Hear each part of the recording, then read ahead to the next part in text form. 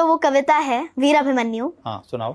जब कुरुक्षेत्र की समर भूमि में सरशैया पर भीष्म हुए, तब कुरुकलंक के नयनों में क्रोधाग्नि लगी और ग्रीष्म हुए। गुरुदेव बनेंगे सेनापति, यह चाल चली थी शकुनी ने, जिसमें फंसकर सब जूझ रहे वह जाल बुना था शकुनी ने। इस बार चली थी चाल अजब, जिसमें ना कोई संधि हो, गुरुवर द्वारा वह ज्येष्ठ पांडु खुद समर भूमि में बंदी हो। फिर पांडव सेना में गुरुवर ने ऐसा तांडव नृत्य किया, सब समर मुंड से बांध दिए, कुछ ऐसा चित्र विचित्र किया। निज सेना की यह दशा देख अर्जुन को क्रोध अपार हुआ, बज उठा कृष्ण का पंचजन्य और गांडीव का टंकार हुआ। कौरव सेना के होश उड़े जब गुरुवर का रथ चूर हुआ, जो सोचा था वह विफल हुआ, सब सपना चकनाचूर हुआ। फिर कहा द्रोण ने दुर्योधन, मैं उससे पार न पा सकता। फिर कहा द्रोण ने दुर्योधन, मैं उससे पार न पा सकता, अर्जुन के रहते धर्मराज को बंदी नहीं बना सकता।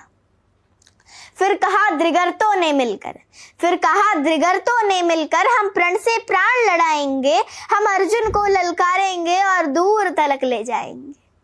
फिर क्या थी ऐसी नीति बनी जिसको सबने स्वीकार किया, उसने अर्जुन को ललकारा और समर भूमि से दूर किया। अर्जुन के जाते गुरुवर ने फिर कुछ नवीन संरचना की, जिसका भेदन हो सके नहीं, उस चक्रव्यूह की रचना की।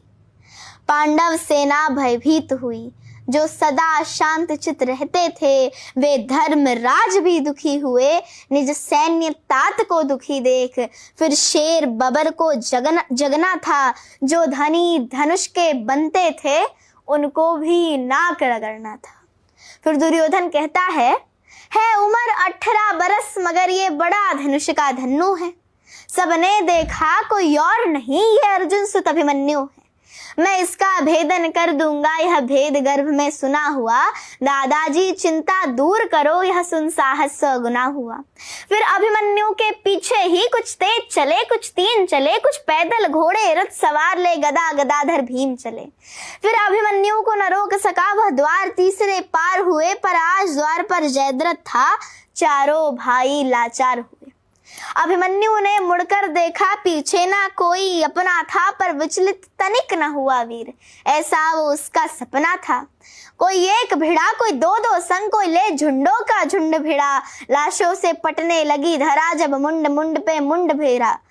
दुर्योधन दुशासन विकर्ण कृतवर्मा, अश्वत्थामा को गुरु द्रोण कर्ण को हरा दिया, फिर मारा शकुनी मामा को।